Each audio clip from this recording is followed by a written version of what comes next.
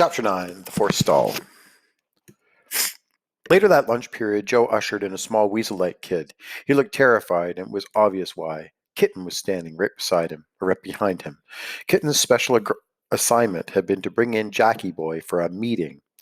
I figured that all of Staples' employees here had probably been warned not to talk to me, so I knew he'd need a little convincing. I sent Kitten instead of Joe because Joe's method of persuasion would have been physical force, and the recess supervisor probably would have noticed a huge eighth grader dragging a little kid across the playground against his will. I figured that Kitten would be able to get Jackie Boy here much more subtly, and it appeared that I was right. Vince searched Jackie Boy in his backpack for weapons or recording devices. Kitten stood behind them, looking calm and bored, as always. Thanks, Kitten, I said. Kitten shrugged and slipped something he'd been holding into the pocket of his khaki Dockers dress pants and then left the bathroom. I didn't even want to know what he'd used to convince Jackie Boy to come here. I'd learned long ago not to even ask Kitten about his methods. I slept easier that way.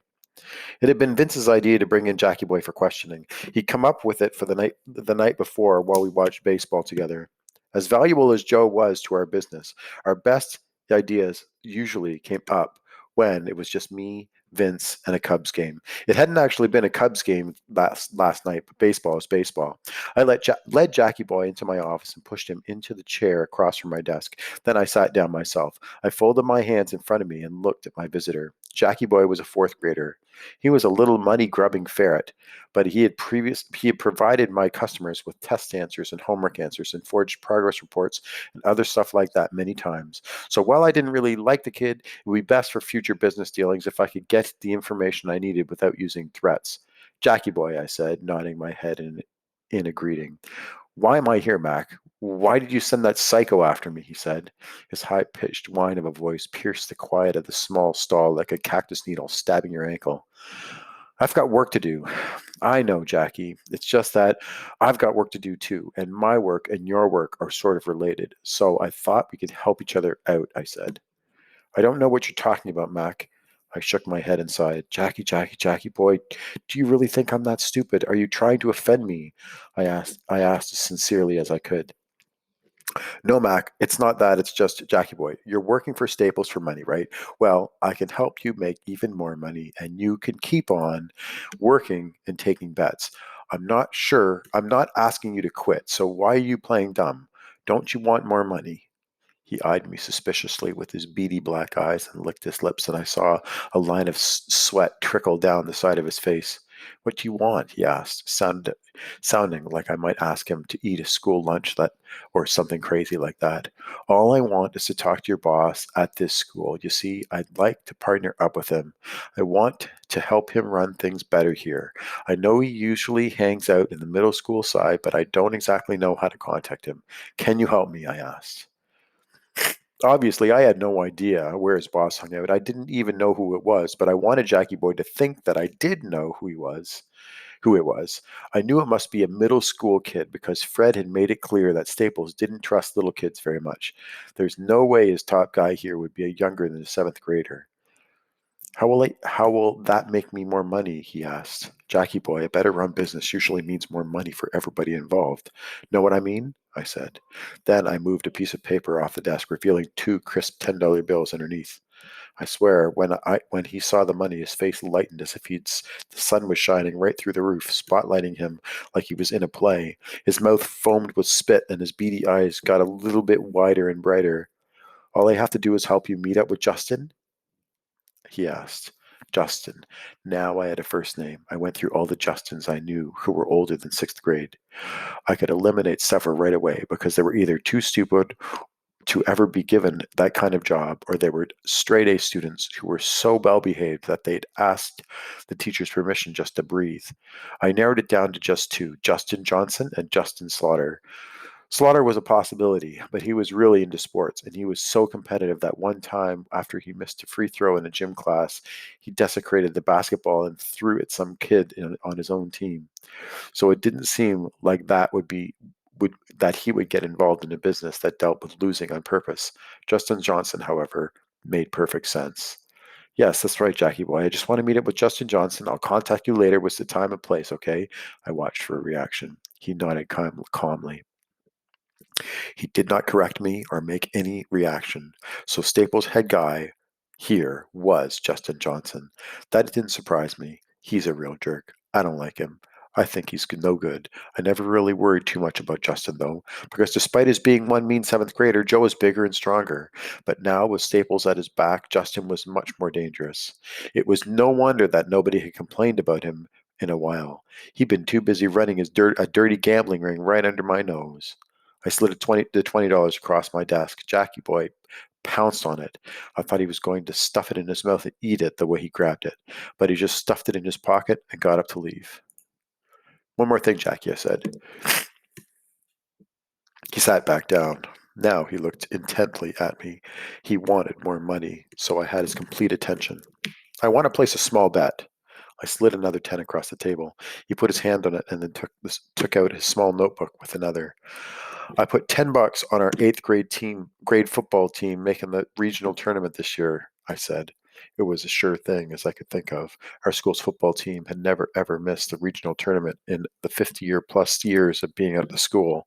Jackie Boy nodded and wrote something down. He put the $10 in a small compartment in his backpack. I like to bet with each bookie, kind of a peace offering, but I don't know where they're all at. Can you tell me where I can find them all so I can place some more bets? I said.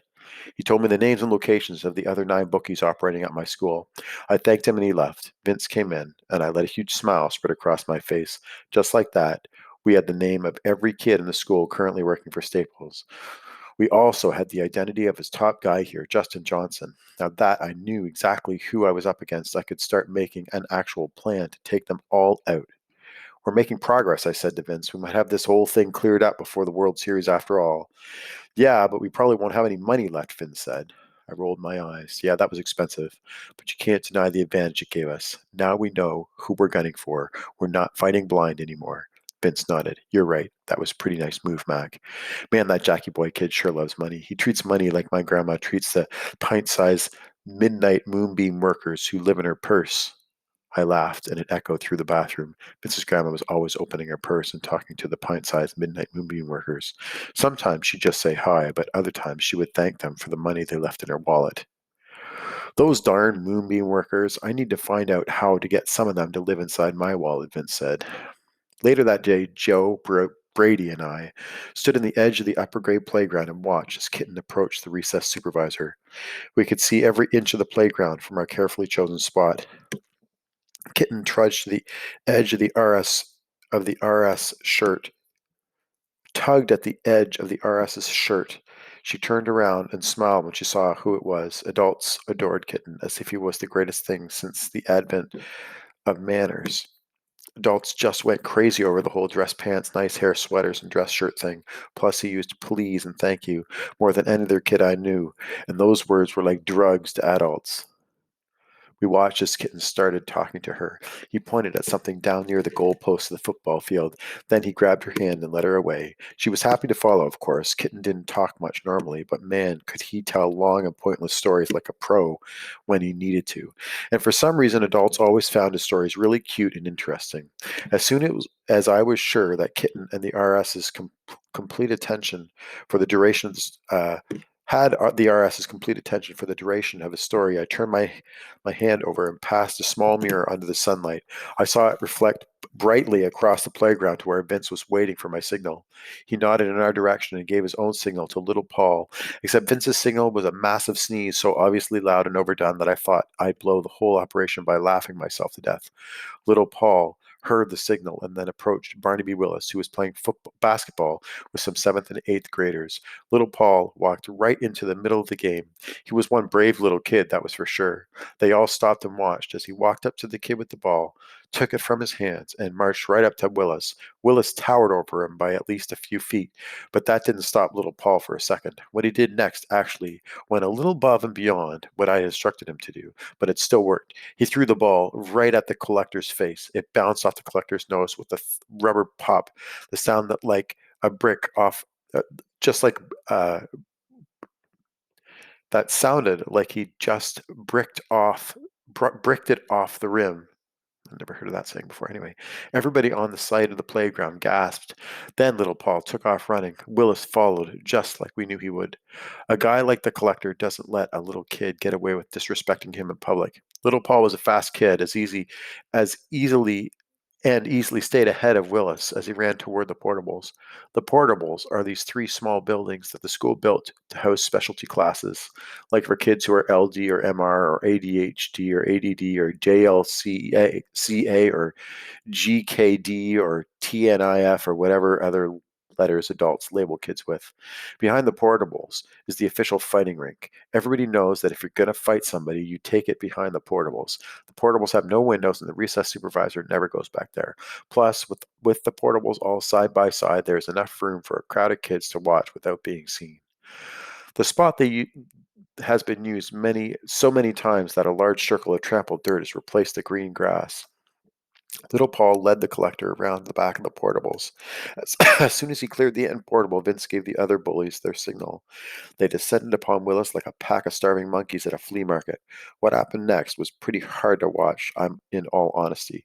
Willis was a crying mess by the end, and to add insult to injury, the bullies even stole his wallet and shoes. After finally prying Snapper off his ankle, the bullies told Willis that if he ever collected one more kid, they'd collect him twice as hard the next time. I made contact with Vince during the aftermath.